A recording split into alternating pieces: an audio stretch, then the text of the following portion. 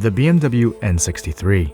It's been through a few iterations in the past decade, and we're technically in the third chapter of the book now. For those who aren't familiar, we're talking about the 4.4-liter twin-turbo V8 platform that's commonly used in higher-end BMW since its debut in 2009. The first generation came with over 400 horsepower, but it had tremendous reliability issues. But the kinks were sorted out, and now we're looking at a new kind of monster.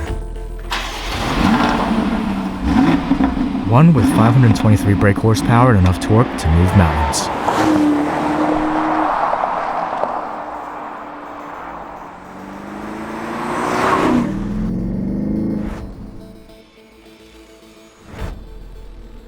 Perhaps this isn't the best example of the platform because the M550i is actually the lightest car with this engine, with the M850i as the runner-up.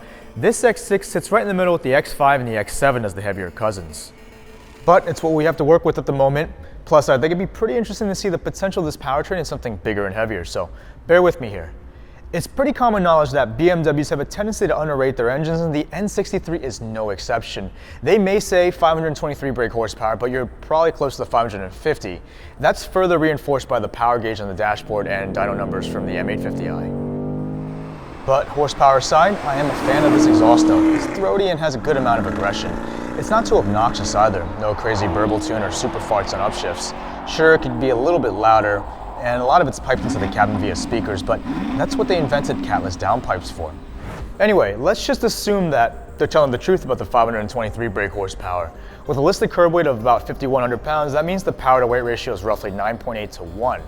So theoretically, it should be just as fast as something like the Maserati Ghibli SQ4, Infiniti Red Sport Q60, or the Mercedes-Benz C43 AMG. Some pretty respectable competition. So either way, our goal today is to see just where my shiny new family SUV stacks up on our fast list. And in order to do that, we have to hand it over to our resident race car driver. Rumor has it that he has a strange obsession with the color orange, and that he likes to drive exactly 5 miles above the speed limit, around a corner. All I know is that he's been living in my shed and doesn't pay rent. Let's put him to work.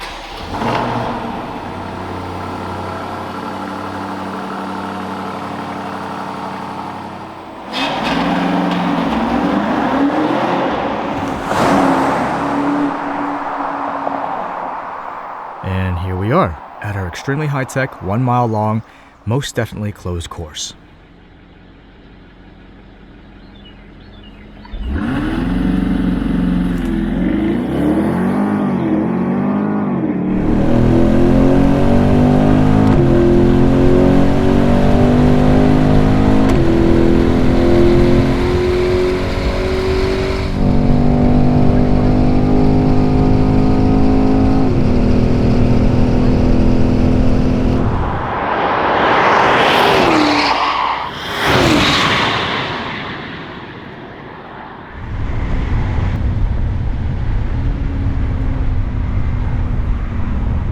Here's another run where he left some of the creature comforts on for giggles.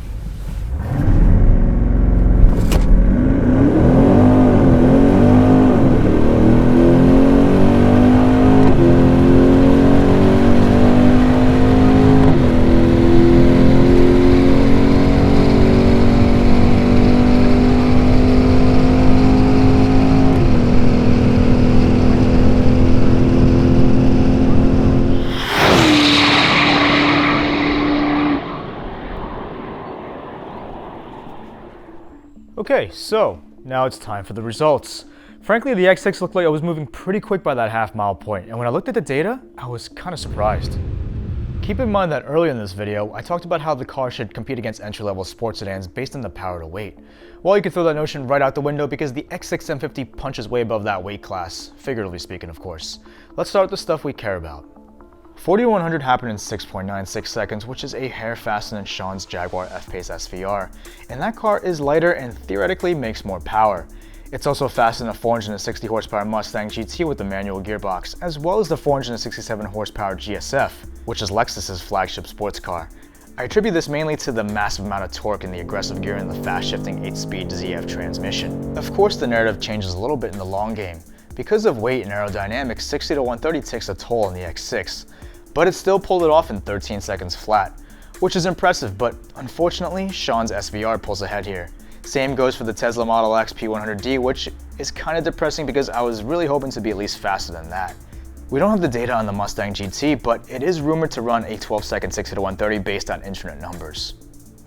The standing half mile is what separates the men from the boys. And remember that the trap speed is what really matters here. The X6 M50 crossed the line at just a hair over 135 miles per hour in 19.49 seconds. We don't have too many half-mile times yet, but it is slower than a base X3M, but faster than the Porsche Cayman S and Maserati Ghibli SQ4. Now, it's important that I mention that if you want to achieve these types of speeds, you need to option the car with upgraded wheels. The base 20-inch setup from the factory is limited to 130 miles per hour, which is probably going to be a GPS-verified reading of 128 or 129. And I'm thinking this is probably true for the X5 and X7 as well. Not that you should be going that fast in a 3-ton SUV, but ethics aside, let's continue. Real life 0 to 60 was achieved in 3.99 seconds, which is 2/10 slower than magazine claims. But keep in mind that we don't use the 1-foot rollout that most of these magazines use. If we did, it would be a 3.7 second time. Either way, impressive, because again, it's faster than Sean's Jaguar and faster than a lot of cars in the real world. Not that it matters, because 0 to 60 is the most useless metric ever. 0 to 100 is a little bit more relevant, and the X6 did it in 9.49. Again, we don't use no 1-foot rollout, otherwise it would have been a 9.25 second time, which makes it just as fast as some of these super sedans. But the truth is, I have to give a lot of credit to the launch control and the all-wheel drive system. Even though it was in the low 40s, the car just hooked with zero drama. I actually tried the launch control one day when it was raining out, and it gave me just a little bit of wheel spin, and then it just dead hooked after that. I think I pulled off a 0 to 60 of something like 4.2 seconds. In the wet, which is kind of insane. Anyway, the standing quarter mile happened in 12.3 at 112.31, which means that a lot of it is gearing and launch. It puts it in some pretty quick company though, and it's faster here than Car and Driver's Mustang GT time. But remember, we're doing this in street conditions on real pavement and not some super sticky prep drag strip with a smoky burnout. So I'm willing to bet from a stoplight you'll be able to play with some of these mid-tier muscle cars. So I wasn't lying in the thumbnail when I said it's sort of faster than the Mustang GT. In most street situations, this X6 M50 will beat a lot of the sports cars out there. And we can further amplify that if we're talking about the M550 or the M850i. But the key here is that you don't expect that from a big, fat, mid-sized SUV. It'd be interesting to see the difference a tune would make in terms of performance, but honestly, I'm pretty satisfied for now. Maybe in a few months when I get bored, I'll give it a shot. Anyway, in the meantime, if you run into one of these guys on the street, don't sleep on them. For a more detailed look at the performance analysis, take a look at our fast list. A link is in the description below. If you're looking for a full review of this car, you can also find that link down there or in the pinned comment. I hope you guys enjoyed this video. If you did, let me know by leaving a thumbs up and comment below. Also, don't forget to take a look at our merch store and support the channel.